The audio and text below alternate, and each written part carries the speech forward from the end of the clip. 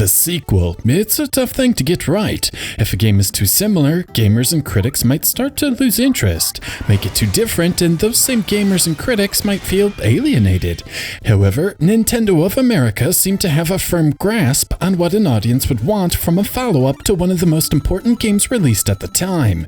The result was Super Mario Bros. 2, which would go on to become the fourth best-selling game for the NES, receive rave reviews from critics, and in modern times, create a lore for itself with its unique development history. What I find most admirable about Super Mario Bros. 2 is how it's neither too similar to the first game nor too different, instead finding a sweet spot which would make many current developers envious. For starters, Bowser is not the villain in this game, and Princess Peach has not been kidnapped. Instead, Super Mario Bros. 2 opens with a crawl detailing Mario's dream, where he finds a staircase with someone yelling for help on the other side of a door.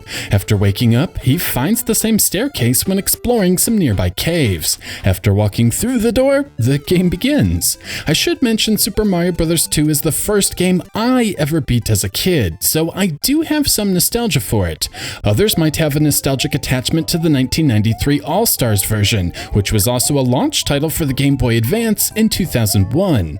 Anyway, the biggest change in the game is the player select screen. Before each level, the player is given the choice to play as Mario, Luigi, Toad, or Princess, but more on that later. The second major change is the way enemies are defeated. While the player can still land on enemies without taking touch damage, enemies can only be defeated by throwing them or throwing something into them. At its core, though, this is still a linear platformer, tasking the player with making their way from the beginning of the level to the end, defeating bosses, and then moving on to the next world. While SMB 1 was a horizontal affair, in SMB 2 there is a new element of verticality. At times, the player will need to traverse upwards to progress, other times downward, and there are even moments where the player is moving right to left instead of left to right. It's a great progression to the formula, and nudged the genre forward. The ability to pick up objects also adds puzzle solving and strategy to the adventure. Many doors in the game have a lock, and the player will need to find the key and return, or maneuver a bomb to a breakable wall to clear a path. This ability to lift objects and move them is also important when it comes to items. Another change to the Mario formula is the health bar. The player begins each level with 2 hit points, but can find magic potions in each level. If the player places them in the right location and enters the door created, they'll find a mushroom, which adds another hit point and refills the health. The addition of keys and magic potions adds depth and replayability to the adventure. During the course of this review, I continued to discover new mushrooms I never knew existed, and it kept me engaged through a dozen playthroughs. As a kid, I was always disappointed when I placed a door and there wasn't a mushroom. As an adult, I began to look for clues the developers left behind. This could be conspicuously placed cherries, a row of plants, spaces surrounded by breakable walls, and areas left of the starting point. Yeah, that's right. Unlike the first game, the screen can scroll in both directions, allowing backtracking. This backtracking introduces an interesting side effect. Defeating 8 enemies will cause a heart to appear from the bottom of the screen, which refills a unit of health. Enemies also respawn, which didn't happen in the first game. This means for patient players, health can be restored indefinitely by defeating the respawning enemies. While hearts can be farmed, the Starman cannot. Grabbing 5 cherries will cause a Starman to appear, giving the protagonist temporary invincibility. Cherries are not always placed in logical locations, though, meaning the player may receive a Starman when it is not useful, or the star will be out of reach. In fact, the Starman can be a hindrance. Each character in Super Mario Bros. 2 has 3 different jumps: a standard jump when walking or standing still, a higher jump when running, and finally a charged jump, where the player presses down until the hero starts blinking. Unfortunately, this blinking matches the Starman power-up, masking whether the player is charged during this invincibility period. The most dramatic change to the formula, and the one which makes it most obvious this didn't begin life as a Mario game, is how one obtains lives. Super Mario Bros. 2 is frugal when it comes to 1-up mushrooms. In fact, there are only 3 I ever grab with any regularity. Instead, a player is tasked with pulling up vegetables in the subspace created when using a magic potion. In subspace, the player can find coins, which can be used in the bonus stages between levels. This is the biggest change between the NES and SNES versions of the game. In the NES version, the game is stingy with letting the player receive a cherry on the first slot. This is critical in racking up lives, as getting a 3 of a kind is difficult. In the All-Stars version, the slot machine is friendlier. There appears to be a greater chance of receiving a cherry on the first slot, increasing winning probabilities. Additionally, a 3 of a kind yields 2 extra lives rather than 1, again helping the player.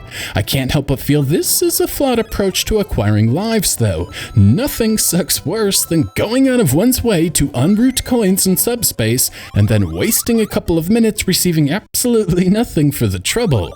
Still, this entire scenario could be optional if the game had unlimited continues. Unfortunately, the NES version contains just 3 continues with 3 lives each. The Super Nintendo version has unlimited continues, each with 5 lives, allowing the player to skip the coin gathering procedure altogether if they so choose. Of course, this is a platformer, so I should probably get to the level design and controls. Unlike Super Mario Bros., where the main hazard in most stages was bottomless pits, Super Mario Bros. 2 mixes things up significantly with environmental hazards and enemies. In desert stages, the player will often be tasked with digging into large sand areas to progress or obtain a key. Avoiding pits is not the goal, being replaced with learning enemy patterns to keep them from falling onto the hero. The desert also contains quicksand. These won't swallow up a player right away, and the player can escape, but the hero is a sitting duck to nearby enemies. World 4 introduces slippery ice. The player must rely on jumping over enemies or ducking under them to progress forward. Again, falling to one's death is not the primary hazard. Enemy avoidance is. Many levels also incorporate mushroom blocks into the level design. This can be used to create barriers, build up platforms to reach new areas, or thrown as projectiles. In some worlds, manipulating them is the main focus of the level. Plucking one allows the player to travel downwards, but a player must also pay attention to enemy patterns to avoid sparks. They can even be used to plug enemy generators.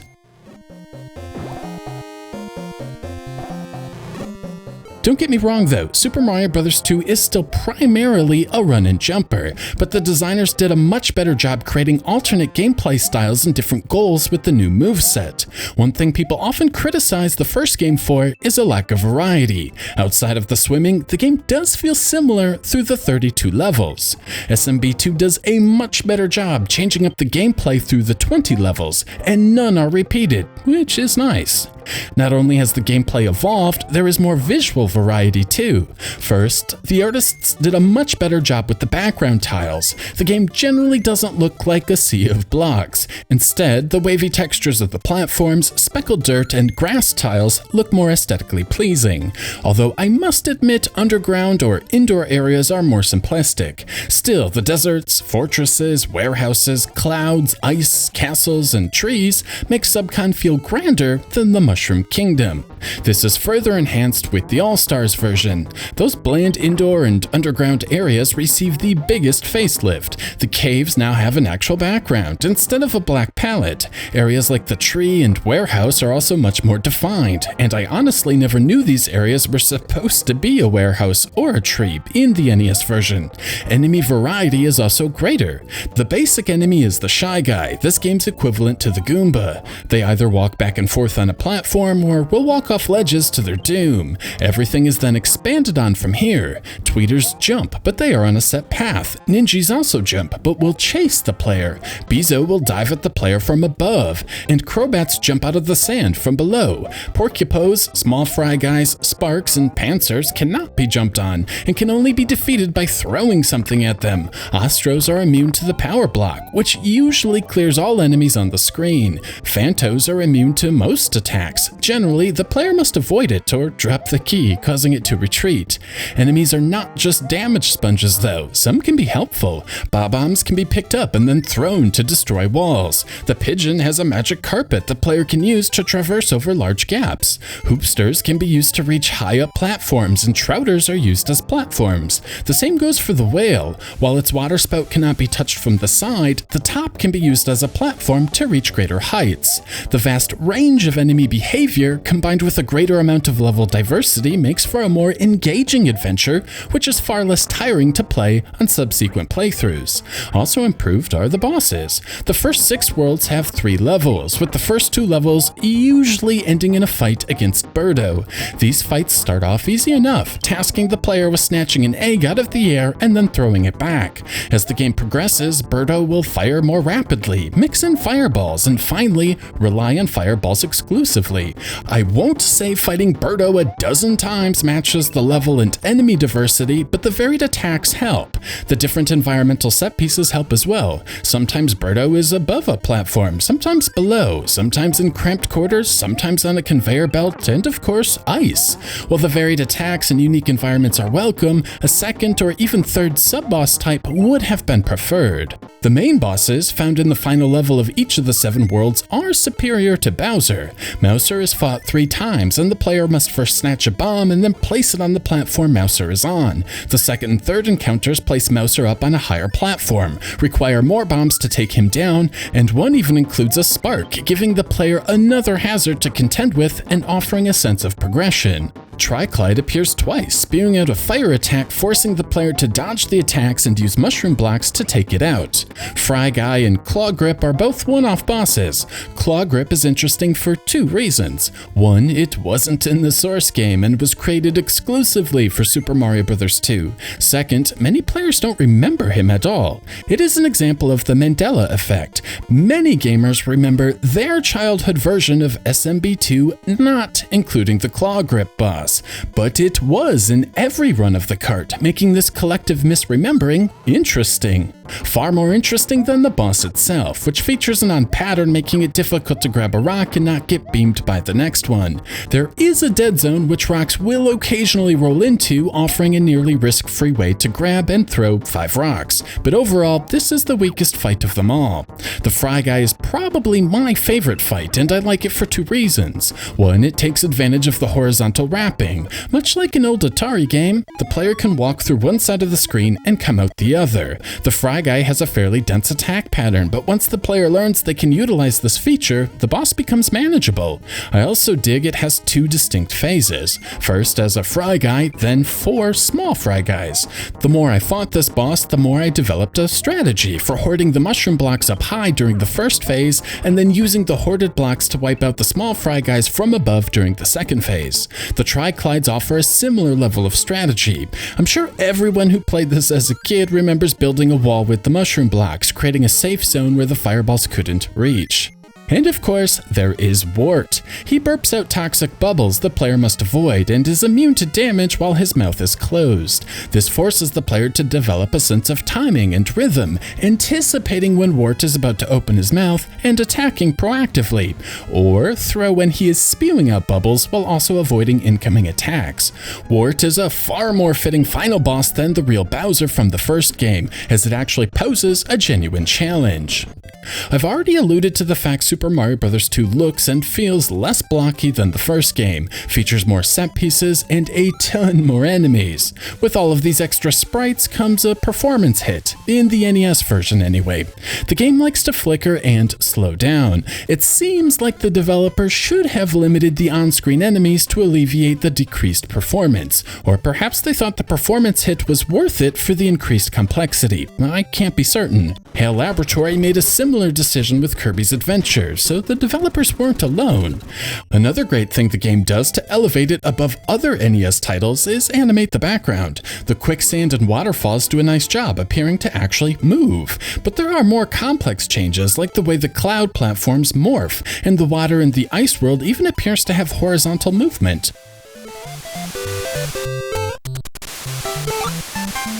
Of course, the All-Stars version enhances the visuals and brings them up to date. As alluded to, there are no performance issues either. In fact, I couldn't find a single instance of flicker or slowdown. The game runs flawlessly from beginning to end. While I generally appreciate the increased colors and details, one viewer noted the All-Stars version homogenizes the Mario games and removes some of the uniqueness the NES versions contain. For example, the background here is obviously styled after the hills found in the first game. Whether this is a good thing or a bad thing is certainly up for debate, but it is a noteworthy observation. As for the music, like before, I don't have much to say. The overworld theme is ridiculously catchy with a nice little drum line and hook. The underworld track has a Middle Eastern vibe, which sounds dramatically different than the overworld theme, giving a mysterious tone to these areas.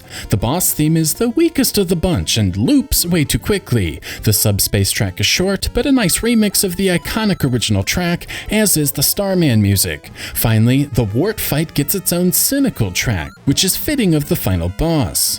The All-Stars version, of course, plays on completely different sound hardware, but I find the instrument samples are equally pleasing and do a reasonable job capturing the spirit of the NES original, but with the signature Super Nintendo style. As best as I can tell, the music in Super Mario Bros. 1 and 2 was composed by the same artist, so it should be no surprise the style and quality is similar. While the first game may be better remembered, I do feel like the second game offers more complex compositions and a better variety of instrument sounds, like the composer was better able to take advantage of those 4 sound channels. Finally, we arrive to SMB2's signature feature, the 4 playable characters. Thankfully, one does not have to repeat the game 4 times to get a final ending, which I appreciate. The instruction manual breaks each character's attributes into 3 categories: speed, strength, and jumping. As best as I can tell, the character's speed is about the same unless the character is holding a heavy item, like an enemy. Once holding an enemy, Toad is insanely fast. Princess Peach is slow, and Mario and Luigi fall somewhere in the middle. The jumping is where the game offers significant changes. Toad has the shortest jump distance and height. Mario is about average, but Luigi and Princess are vastly different. Princess Peach has a unique hover jump. Rather than an arc, she moves along a straight line, which beginners might find beneficial. She is not overpowered though. Her weakness is her slow grabbing speed. It can be difficult to nab all of the coins in subspace, for example, and her battles against Birdo can be harder in tight quarters. If one isn't paying attention, she can get beamed by the next egg due to this slowness. Her jump isn't even the longest either. Luigi's jump is actually longer than Peach's, allowing him to clear a few gaps in the game not accessible to others.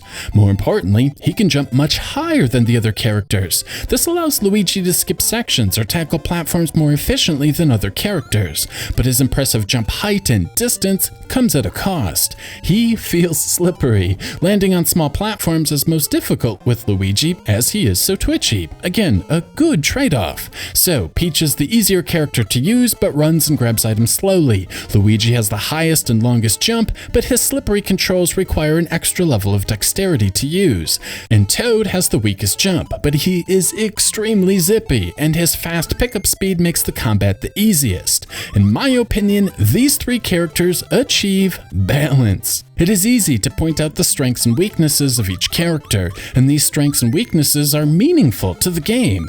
There is a reason most casual players prefer Peach, while experienced players alternate between Toad and Luigi depending on the level. There are tangible advantages to each. This leaves us with Mario.